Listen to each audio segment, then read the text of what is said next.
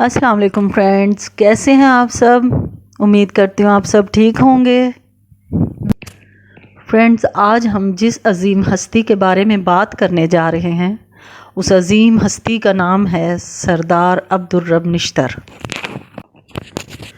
وہ 13 جون 1899 کو پشاور کاکڑ افغان خاندان کے سربراہ مولوی عبدالحنان خان کے گھر پیدا ہوئے۔ انہوں نے ابتدائی تعلیم مشن اسکول اور بعد میں سناتن دھرم ہائی اسکول ممبئی سے حاصل کی۔ آپ نے BA جامعہ پنجاب سے کیا اور علی گڑھ مسلم یونیورسٹی سے LLB کی ڈگری 1925 میں حاصل کی۔ خطے کی روایت کے مطابق سردار عبدالرب نشتر کا تعلق بالادست طبقے سے نہیں تھا، بلکہ وہ متوسط طبقے سے تعلق رکھنے والے نارتھ ویسٹرن ریلوے برصغیر کی تقسیم سے قبل خطے کی ریلوے مختلف زون میں منقسم تھی کہ ایک ٹھیکیدار کے صاحبزادے تھے۔ کاروباری پس منظر اور مذہبی اقتدار کی پاسداری ہی اس خاندان کی شناخت تھی۔ ننھے عبدالرب کی پیدائش سے قبل ان کی والدہ نے خواب میں ایک رشتہ دار خاتون کو دیکھا جو فریضہ حج کی ادائیگی کے فوراً بعد ہی انتقال کر گئی تھی۔ اس خاتون نے کہا، تمہارے ہاں ایک لڑکا ہونے والا ہے، اس کا نام عبدالرب رکھنا۔ نومولود کی والدہ اور خاندان نے خواب میں ملنے والی بشارت کا پاس رکھا۔ پشاور شہر میں بود و باش رکھنے والے اس خاندان کا یہ چشم و چراغ اپنے مزاج کی 3 خوبیوں سے پہچانا گیا۔ وہ کم عمری میں ہی سماجی، اصلاحی اور ثقافتی سرگرمیوں میں گہری دلچسپی لیا کرتے تھے۔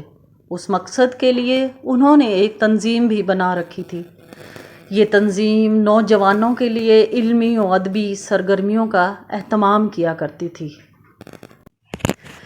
انٹرمیڈیٹ کے امتحانات نشتر کی زندگی میں خاص اہمیت رکھتے تھے۔ امتحانات کے دن قریب آئے تو وہ بیمار پڑ گئے، لیکن اس کے باوجود امتحان دیا۔ نتیجہ آیا تو معلوم ہوا کہ ایک مضمون میں کامیاب نہیں ہو سکے، ضمنی امتحان میں بھی کامیاب نہ ہو پائے تو والد نے فیصلہ کیا کہ تعلیم اس نوجوان کے بس کی بات نہیں، لہٰذا انہوں نے اسے معمولی درجے کی کوئی ملازمت دلانے کا فیصلہ کیا۔ اس فیصلے کا ایک پس منظر شاید یہ بھی تھا کہ ان دنوں خاندان کی مالی حالات بھی کچھ اچھے نہ تھے۔ والد کے اس حوصلہ شکن فیصلے کے باوجود نوجوان عبدالرب نے کسی کے علم میں لائے بغیر تعلیم کا سلسلہ جاری رکھا۔ خاموشی سے منشی فاضل کا امتحان پاس کیا۔ اس کے بعد پنجاب یونیورسٹی سے BA بھی کر لیا۔ اہل خانہ کے لیے یہ خبر کسی خوشگوار دھماکے سے کم نہ تھی، چنانچہ والد نے خوش ہو کر انہیں علی گڑھ یونیورسٹی میں داخلہ دلایا۔ علی گڑھ سے وہ قانون کی ڈگری لے کر لوٹے اور پشاور میں وکالت کرنے لگے۔ وہ 1927 سے 1931 تک آل انڈیا کانگریس کے رکن رہے اور 1929 سے 1938 تک پشاور میونسپل کمیٹی کے کمشنر رہے۔ بعد میں آپ نے آل انڈیا مسلم لیگ میں شمولیت اختیار کی اور 1932 میں آل انڈیا مسلم لیگ کی کونسل کے رکن بنے۔ آزادی کے بعد پاکستان کی پہلی کابینہ میں آپ بطور وزیر مواصلات شامل ہوئے۔ بعد میں آپ کو صوبہ پنجاب کا گورنر مقرر کیا گیا۔ آپ سیاست میں اصولوں کے پابند تھے اور قانون کی عملداری آپ کا پسندیدہ اصول تھا۔ آپ کو اسلام سے بہت زیادہ محبت تھی۔ ہندوؤں کی جانب سے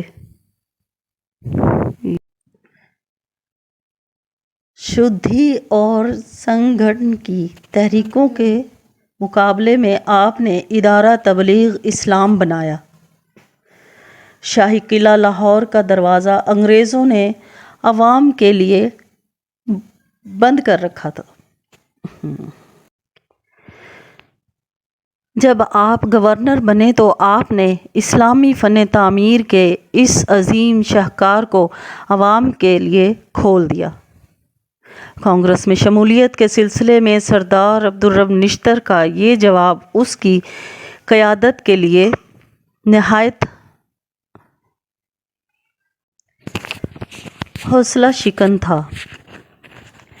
یہی سبب تھا کہ کچھ عرصے کے بعد گاندھی جی خود سرحد کے دورے پر پہنچے۔ انہوں نے خصوصی طور پر نشتر سے ملاقات کر کے غلط فہمیوں کے ازالے کی کوشش کی، لیکن نشتر اس دوران اپنے لیے راستہ کا تعین کر چکے تھے، یعنی مسلم لیگ میں شمولیت اختیار کر چکے تھے۔ یہ زمانہ سرحد میں کانگریس کی حکومت کا تھا۔ سن 1943 میں کانگریس کی حکومت کا خاتمہ ہو گیا اور سردار اورنگزیب خان کی قیادت میں مسلم لیگ کی حکومت قائم ہوئی۔ نشتر کو ان کی کابینہ میں مالیات کی وزارت ملی۔ 1946 میں کانگریس اور مسلم لیگ نے ہندوستان کی مشترکہ عبوری حکومت بنائی۔ نشتر کو اس حکومت میں مواصلات کی وزارت دی گئی۔ سردار عبدالرب نشتر کی زندگی کا یہ وہی زمانہ ہے جب ان کی شہرت پورے برصغیر میں پہنچ رہی تھی۔ اس زمانہ میں انہوں نے مسلم لیگ کے قائد محمد علی جناح کے ساتھ تقسیم برصغیر کے ضمن میں ہونے والی تقریباً ہر اہم سرگرمیوں میں شرکت کی۔ خاص طور پر 2 اور 3 جون 1947 کے ان غیر معمولاتی اجلاسوں میں، جن میں لارڈ ماؤنٹ بیٹن نے تقسیم ہند کے فارمولے کا اعلان کیا۔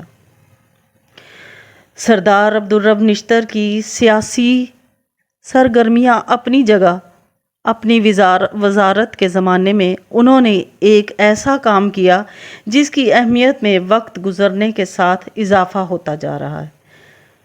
مولوی عبدالحق نے انجمن ترقی اردو کے ماہانہ مجلے قومی زبان میں لکھا۔ جب صاحب موصوف کے ذمہ وزارت مواصلات کا کام تھا تو اس وقت ریلوے اور ڈاکخانہ جات میں اردو کی ترویج کی گئی۔ ریلوے کا نظام اوقات اردو میں چھاپا گیا، اسٹیشنوں پر اردو میں بورڈ نصب ہوئے اور ریلوے کے ٹکٹوں پر شہروں کے نام اور کرائے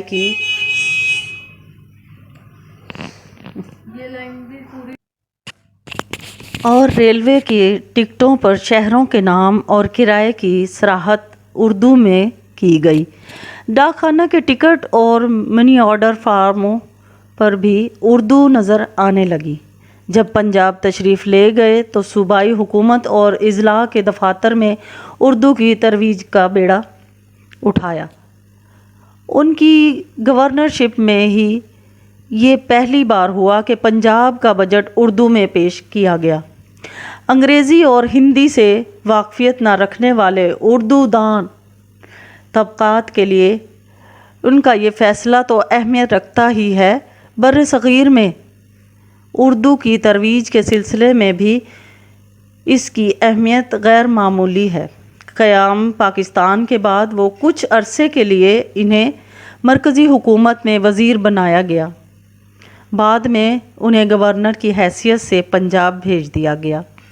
گورنر کی حیثیت سے ان کی تقرری کئی اعتبار سے ایک تاریخی واقعہ تھا۔ ماہنامہ قومی زبان نے لکھا، سردار صاحب 125 سال کے بعد پنجاب کے پہلے مسلمان گورنر ہیں۔ کہ گورنر بنتے وقت میں نے ایک حلف بھی اٹھایا تھا، وہ مجھے بددیانتی اور جانبداری کی اجازت نہیں دیتا۔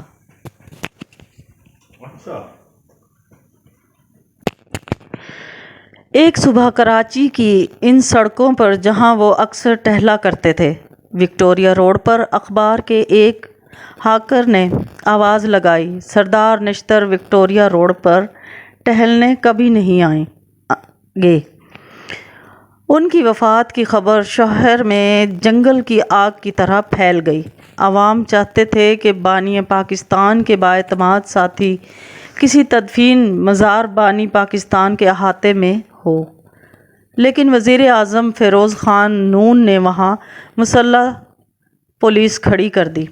لاکھوں لوگ اکٹھے ہوئے اور حکومت کو عوام کی خواہش کے سامنے سر جھکانا پڑا۔